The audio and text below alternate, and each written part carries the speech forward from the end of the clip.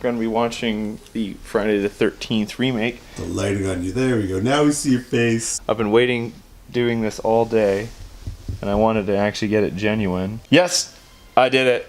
There we go. We hit it. Over a million views. Right there. It only took almost 13 years, but we did it. I'm happy. I didn't think this would happen. To be fair, I didn't either.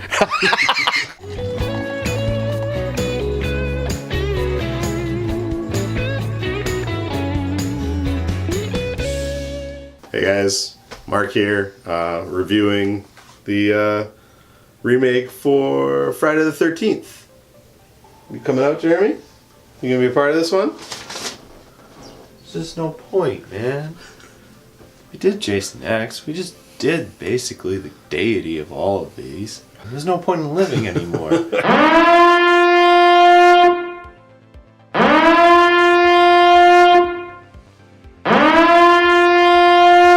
Except this movie's actually way fucking better than Jason X. And you know it is. You know it is. We just fucking watched it. Fucking movie's way better. Everything's better than Jason X. Except part 5 and part 8.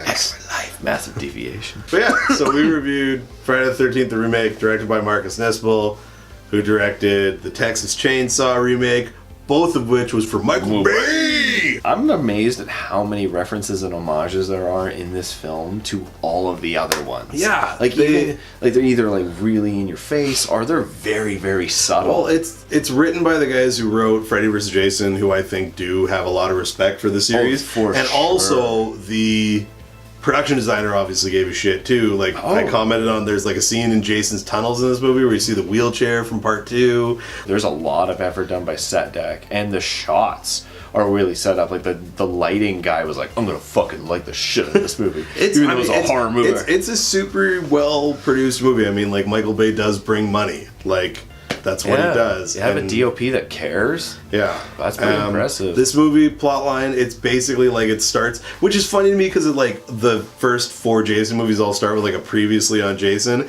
and essentially the first 25 minutes of this movie is a previously on Jason. Black and White does the first bit where it does the first movie. The in mom, like 2 minutes, which is and really they show the ending where she like chops off the head, and they show Jason watching it happen, and then we like jump ahead to the test batch, probably like the test reel. Yeah, like the let's kill studio and it's audiences. Cool. Like it's one of the first things you kind of get into. Like, I can understand how people would have actually had a complaint with that, because that it does drag. It does go on a little bit longer than I was a little bit comfortable with, and I can imagine that audiences would have been really fucking bored. Like, could we just get on with it already? Yeah. I mean, that is like... That's why they're trying to distract you with titties. Yeah, they do, definitely. This movie goes right back to the, like, Jason 4, 6-ish area. That's this movie has significant soft. I mean, we were watching the killer cut. For the record, my opinion of this movie, I really like this movie now. I saw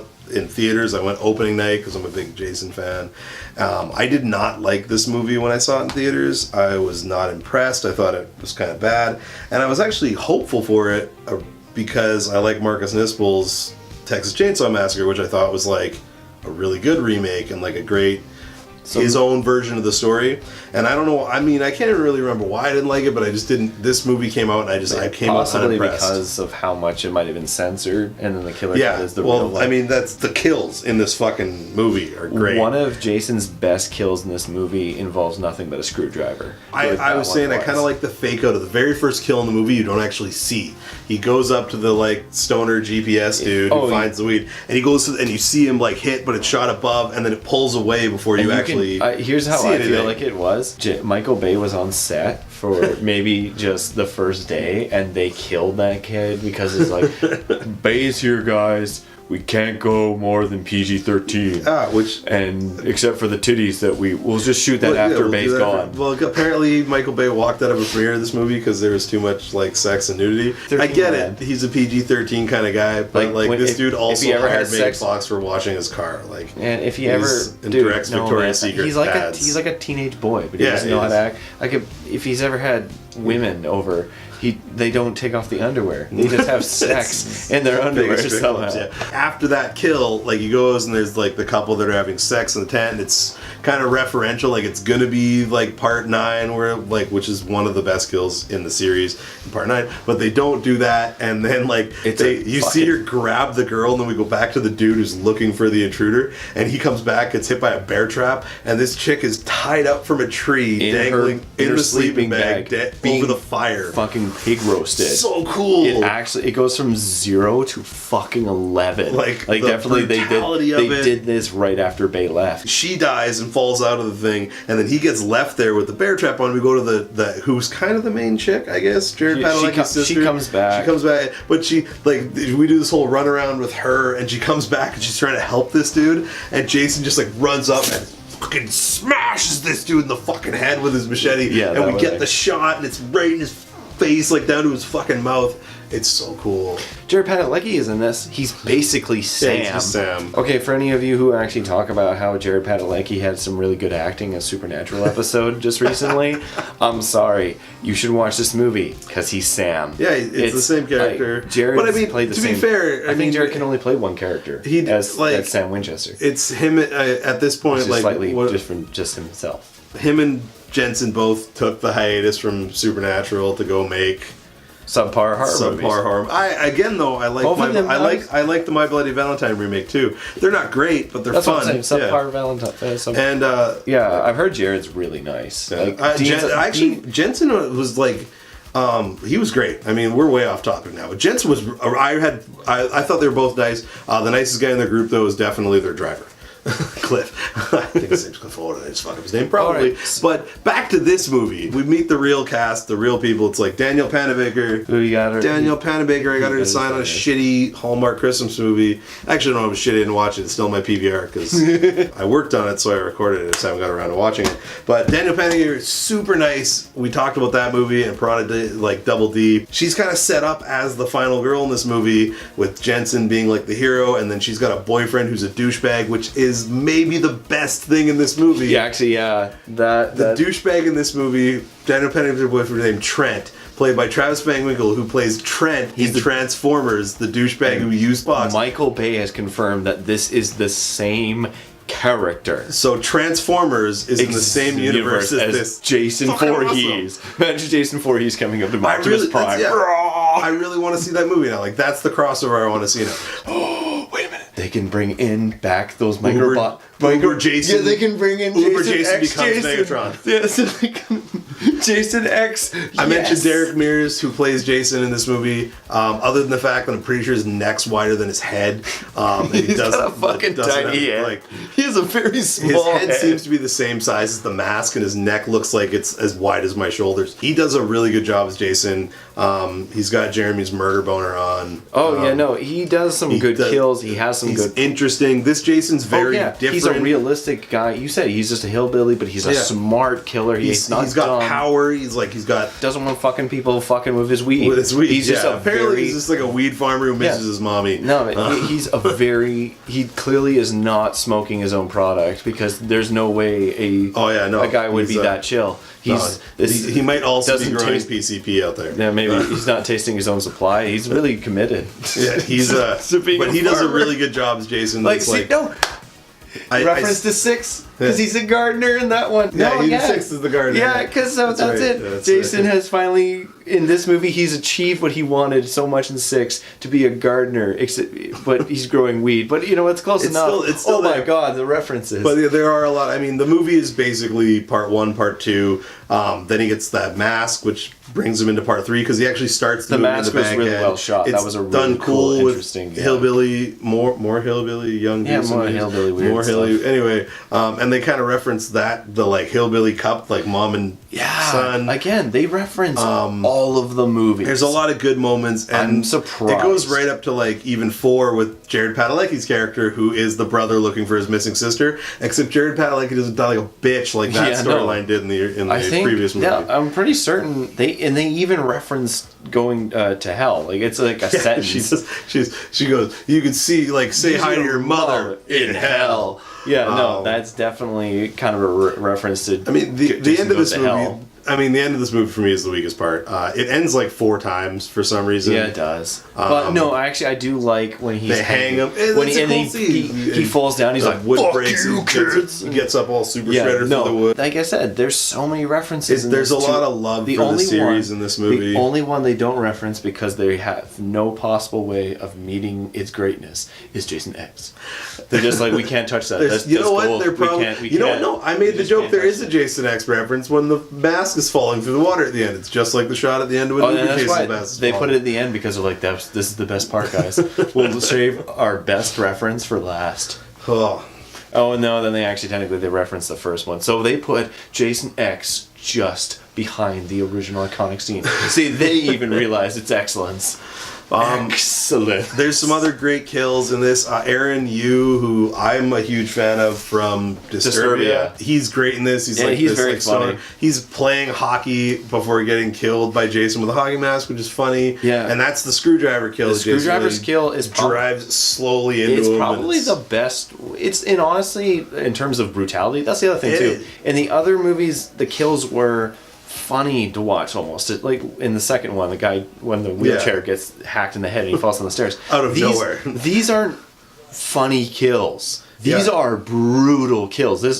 He's pushing the screwdriver slowly into his neck, and he's just like, oh, and it holds on this for a long time. I would have thought he'd been dead. They spent almost as much time on that screwdriver kill as they did on the ridiculous softcore porn sex scene between Trent and the chick. Yeah, that scene is like 3. I think that scene's like at least 2 minutes long, and it was like 7 cutaways. 7 cuts backs to it. That's how long it is. Like, there's a lot in this scene that we need to put in the movie. It's not even like different stuff. Like, it literally is just keep going back to like her riding him. Like, it's not. There's like the nothing. Same shot 5 times. I'm swearing. That might be the killer cut thing. Like, I can't imagine it was as long as. Can you imagine the editor? He's like, yeah, I'm going back to this shot. And the director's like, come on, man, you were friends for. Oh wow, I forgot how good that shot was. You got some of your favorite lines in that scene too. Oh, that's so bad. Your tits are stupendous. If they were in a boob competition, they'd win for sure.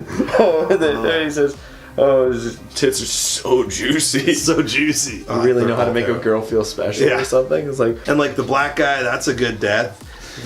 Jason throws the axe and then he picks him up and slams him. The axe bursts through his chest. Kills are good. They're scary. They're actually scary. The acting's pretty decent in this too. Honestly, not really. For a slasher horror movie, especially to be honest, compared to Nightmare, I like everybody. Ryan, we haven't talked about fucking Veronica Mars's buddy's fucking kill too. I forgot he was in the movie. I know, but it's a cool death, man. He gets the fucking arrow through the eye, and then he fucking hits the chick. And possibly the most gratuitous. Like, I made second most gratuitous nudity shot in the movie. The most gratuitous shot in this entire film franchise. She's underneath the dog. Is underneath the dog. He stabs her and he pulls her up just enough to show the boobs. And it's just like, oh man, it was pretty gratuitous. That is some gratuitous shit right there. This film obviously understands what it is, and it takes it to like fucking 14-year-olds. Yeah, and it takes it to 11 to 14-year-old guys. It takes it to Mountain Dew level 11. It's still kind of serious, and it's entertaining. The character of Jason's made interesting. Oh, yeah, we obviously have something to compare it to. The Nightmare remake is which came out a year later, and it's fucking terrible. It is pitiful. As I said on our review for this, that movie fucking sucks. This is far better than that Nightmare remake. I will definitely agree with you on that. I enjoyed this more. It does have a lot of actually fairly creative references, and the murder, like just the violence of it's actually pretty cool to watch. It's fun, man. It's a good end to this. Like, this is that's the most recent Jason. Apparently, they're in talks with Blumhouse now and a few other people to get into another movie, which would be fun because it'd be the 13th Jason movie. Like, with Jason X and Freddy versus Jason. You know what they'll do? They'll just put reels of Jason X in it because they know that's better. It'll be like Jason X, and they'll just put a 3. Yeah, Jason goes back to space.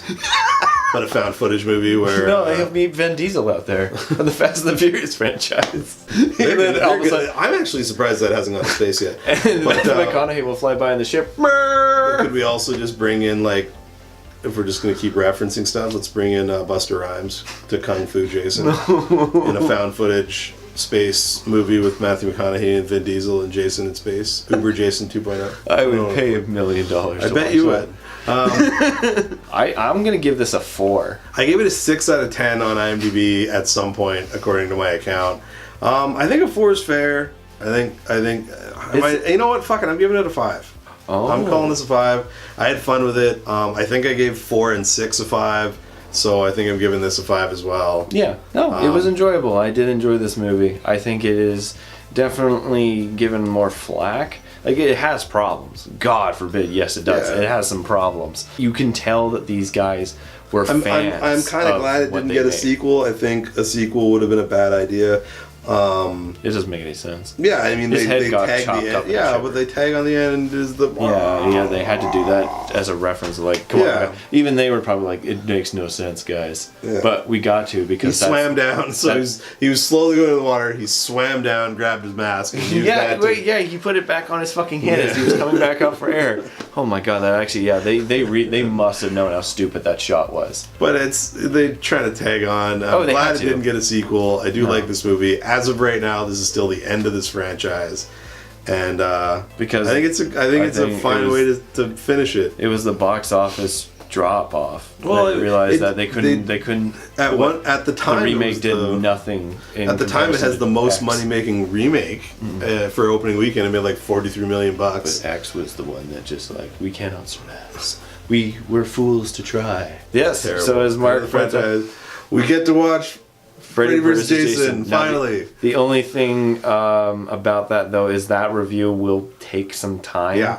Mark and I actually want to try and do something creative, something special for it. I am friends with Chris Gauthier, who's in the movie. I know Lachlan Monroe pretty well. I know Jesse Hutch a little bit too, who gets bed folded. Yeah, no, we know a few of the people who we've worked with and know the people who are in this movie who are Canadian actors because the film was filmed out shot here. So we're gonna have some of them try and we'll try and get some cameos for them into this review. At least something, right? It'd be really cool. So yeah, it's gonna take a while. So if you don't see us talk about this series again until like 6 months from now. We're gonna try It's and make coming. it worth it. We're gonna try to do just, something good. It's just because of our jobs, honestly, to try and write a script. Something Clearly, in all of comparison. these reviews are definitely. Oh, they're off the pre-written. top of the fucking skull. Like we've talked for 21 minutes right now. Yeah, you're gonna have fun editing. Oh, this one. is gonna be like fuck me. It's great though. We're gonna try and do something special for that review. So yeah, it will take some time, but hopefully when it is done, you guys will be happy with it. Yeah, we're hoping so. Okay. So we also have big news. Yeah, I actually I hit 100. No, fuck. That's the second time you said 100. Jeremy hit a fucking million views on YouTube today. Yeah. Tonight, like right before we watched this movie. It only took almost 13 years to reach there. So, yay! It's a very big moment for him. I Very proud of changed him. my YouTube channel's identity like 5 times. And it's mostly because of you probably you gotta have at least like 100,000 views on the Jason X review by now. Thank you for watching this review. We hope you enjoyed it, and I hope you guys have enjoyed this series. It's pretty impressive that we finally finished the 2. It took some time, so we will see you guys sometime. We'll still probably do reviews for other movies, but we're going to be working on that one for a while. So if we don't see you until then, we'll see you guys next time. Later, guys. Thanks.